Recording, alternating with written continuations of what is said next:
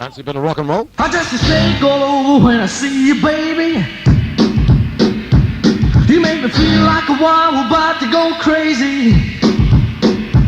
I don't know what it is, I don't care, gee whiz, I never knew what love could do. I never knew what love could do. Till, baby, I met you. I never knew what love could do. Till, baby, I met you.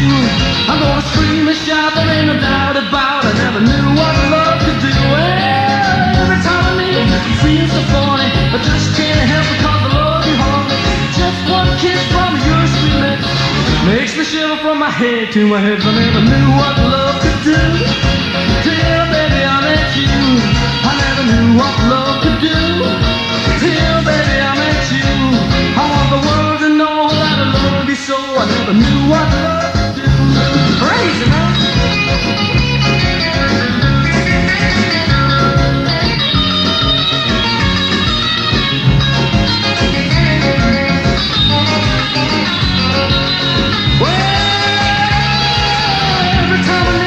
Feels so funny, I just can't help it 'cause I love you, honey.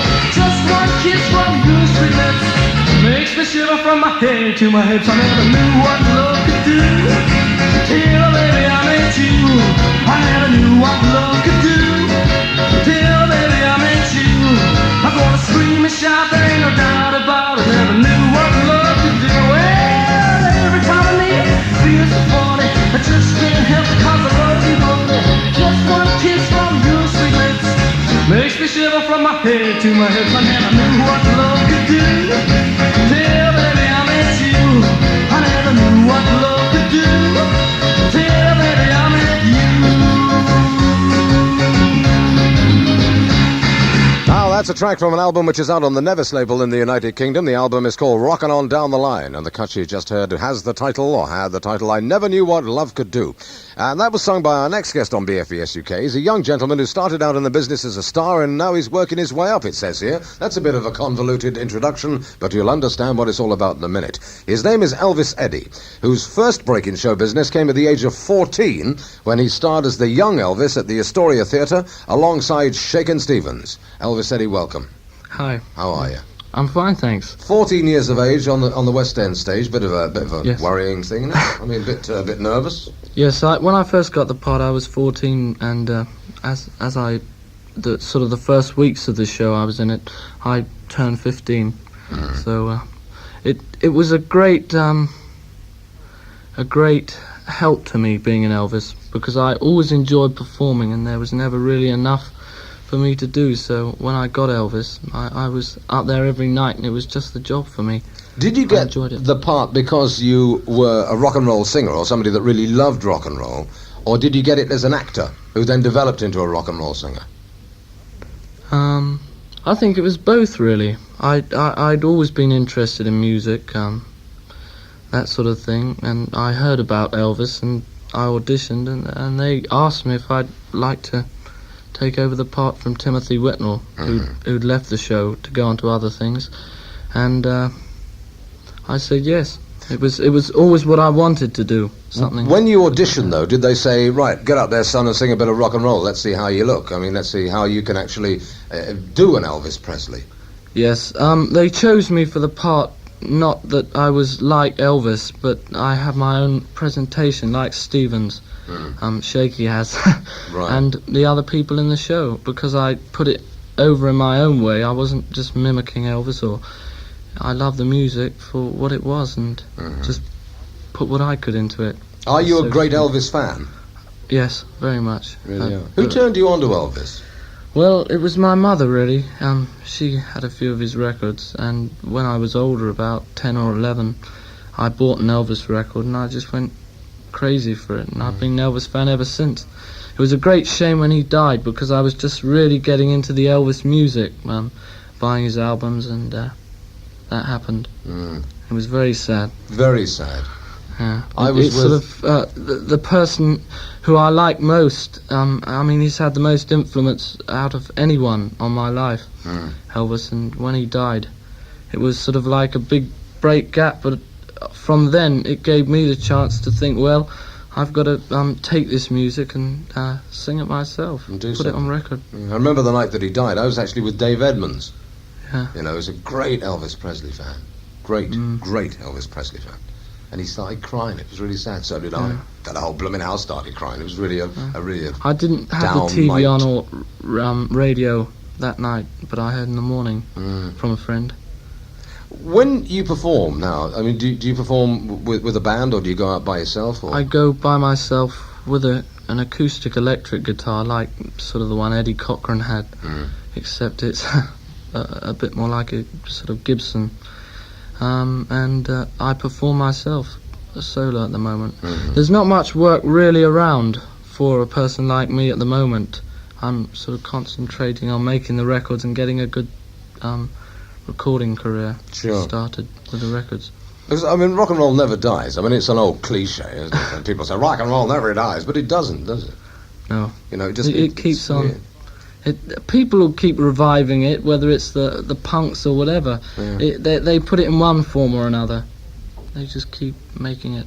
Yeah, I mean, having been a disc jockey for a long time, I've seen it go away and come back again, go away and come back again. Well, Shakin' Stevens, to come on to another thing, I mean, Shaky, if he'd have had rock and roll sort of more at the time he started, he'd have had a few more years behind him, because it took a long time for him to get started.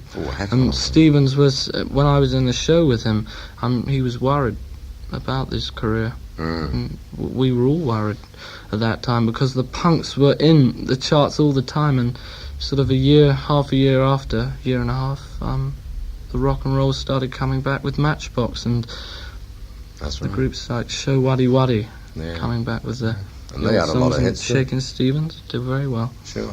Like Shakin' Stevens, you have a lady manager.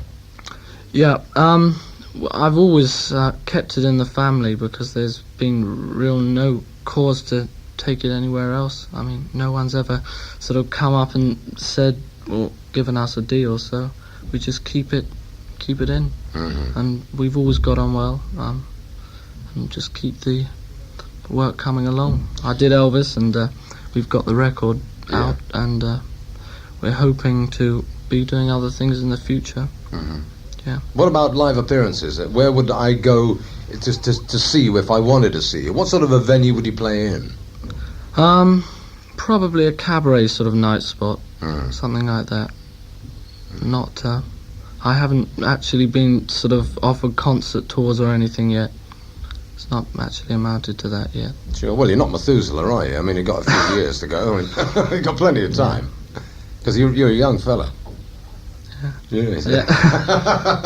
Did you play the guitar on that track we just played? I was playing rhythm, but it's turned down a wee bit. We didn't have all that much time in the studio. I do play the guitar, and on a few others. Lovers Rock and There Ain't No Nothing Tonight, which is the only blues track on the record. That's acoustic rhythm, which is very noticeable. And Your Loving Man's got an electric rhythm track all the way through, with me playing guitar. I'd like to do more of it, more guitar on the records. We didn't have much time. We recorded the record in a day.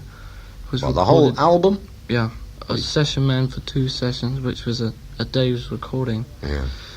And from there on, we went in the next day and touched it up, just me, the voice and guitar tracks, and the technicians. It was sort of 2 days, really. That's fast. That is fast. I mean, I know people who take 2 years to make an album, let alone 2 days. Yeah. I wish you well with it. Thank you very much. And I thank you very much for your time. I'm going to play another track. You've pulled it out and asked me to play it, so you can introduce it. No, I'm sorry. I'll read that again. I'll spray that again. You can introduce it, Elvis Eddie. Right, this is Your Loving Man.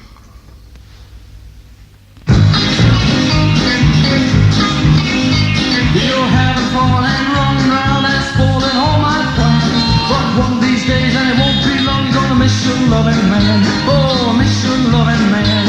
You're treating me just like a fool, you're getting out of hand. But one of these days, and it won't be long, you're gonna miss your loving man. Oh, miss your loving man. Why should I worry? Why should I cry? 'Cause you're the one who'll suffer and you'll miss me by and by. So straighten up, it's getting late. Do right if you can. Cause one of these days, and it won't be long, you're gonna miss your loving man. Oh, miss your loving man.